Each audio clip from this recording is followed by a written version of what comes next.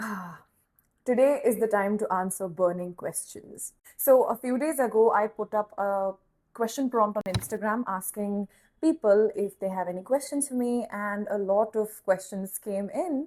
So, today I will be answering them. Let us begin. First one.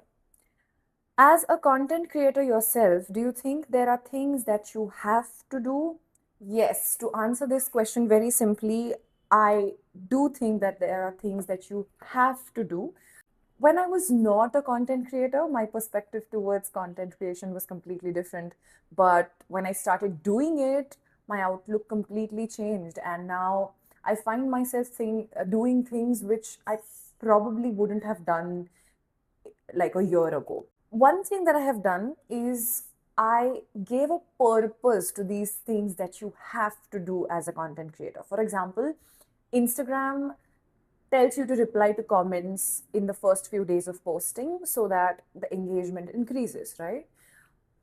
Initially, I was like, wow, that's so shallow. We are just doing this to increase engagement and get more people to our page.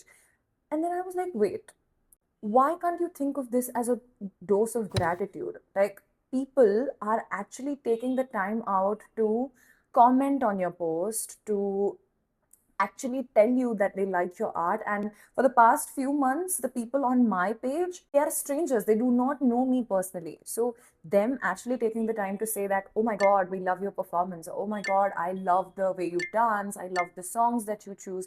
It's incredible. So, I look at replying to comments as my way of expressing gratitude to everyone who tunes in on my page. And that makes this process so much easier. Also, I feel like for me, the creative aspect of being on Instagram is so satisfactory that I don't mind doing all the technical things now. So the creative aspect gives me joy, and the technical aspect is something that I look at as a job. So if you have a job, you get the job done. That's literally the equation. So yeah, that's my perspective towards this. The second question. Do you have a ritual or a superstition before a big day? No, I do not have a ritual as such. It just involves a lot of self grooming and self care, obviously. And if I have to go somewhere, like if the performance is not in my city or the shoot is in some other city, I prep my bag, all those external things that you need to do. And either I have a very sleepless night because of all the excitement, or I end up having a great sound sleep. And either ways, I wake up refreshed. So, yeah, no ritual, but this is what happens. I'm just not going to wear the glasses now. Okay. Which acting role challenged you the most as an artist? Ooh, okay. This has to be Yatra. Yatra is an 80-minute solo play that I perform. It is in the Marathi language. And during its course, I play 12 different characters.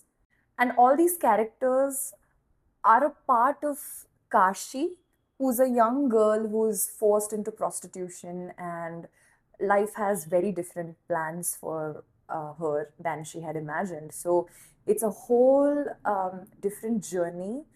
I had to work on the voice specifics of every character because every character had a different age, different gender, different profession.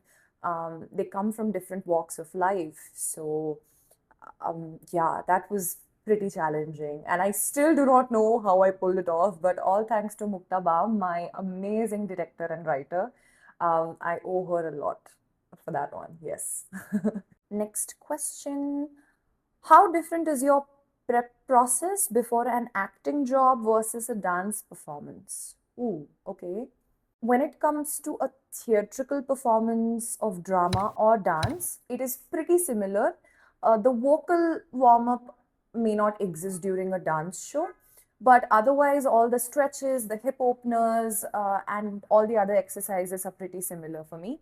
For screen, it is a completely different game because I focus more on warming up my facial muscles. Like I practice eyebrows and eyes and all of that. And obviously, the jaw relaxation happens with the vocal warm up there also.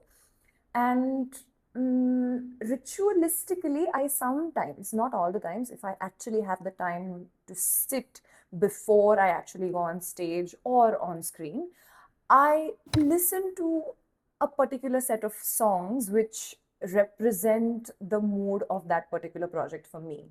So that is something I do. And honestly, my prep process keeps evolving because, quite frankly, I get bored very easily. So I try to keep things fresh for myself. Okay, I'm just gonna have a sip of coffee, I forgot. As an artist, there's this pressure to keep creating. How do you cope with the creative burnout? Oh, yes. Technically speaking, I take breaks between choreographing a few pieces. For example, if I choreograph a 10, 12-minute piece of classical traditional Bharatanatyam, I make it a point to not put my hands onto another choreography right next day.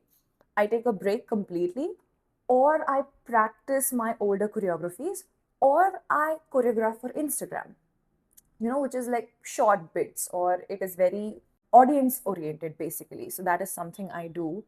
Personally, I feel like I finally found something that I love to do. I found a niche within my niche. My niche is Bharatanatyam, and the niche within that is performing Bharatanatyam to a Western or global beat, right? So instead of looking at it as a pressure of creating, I take it up as a challenge, which is more exciting for me as an artist. This mindset shift has changed the game for me. Ma'am, how do you create motion tracking videos? Please guide me. By the way, your dances are amazing. Oh, thank you so much for this comment, firstly. And how do I create motion tracking videos? I use either VN, which is a video editor, video and photo editor, or I use the Instagram Edit app. And there is this feature called keyframes. You can easily get a YouTube tutorial for keyframes, by the way. It is very easy to do, and that's how I learned it actually. So you adjust the keyframes. There's this diamond shaped icon in any of the editing apps, and you just go there and you adjust the frames as you want them so that it feels like you're tracking your video, but it is not actually tracking. YouTube tutorials for the win for this one. Oh, who is your bias in BTS? BTS, by the way, for those who do not know, is one of the biggest bands in the world right now with amazing music and amazing personalities.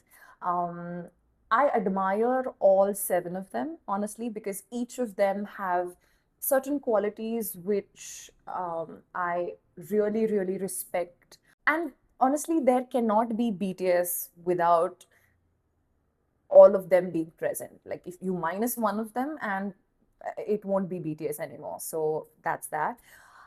That being said, I like all of them, but I love Namjoonoppa. I mean, Fornesia Parapio for the win. That's the nickname he gave to himself, by the way. Okay. Next question. And a sip of coffee.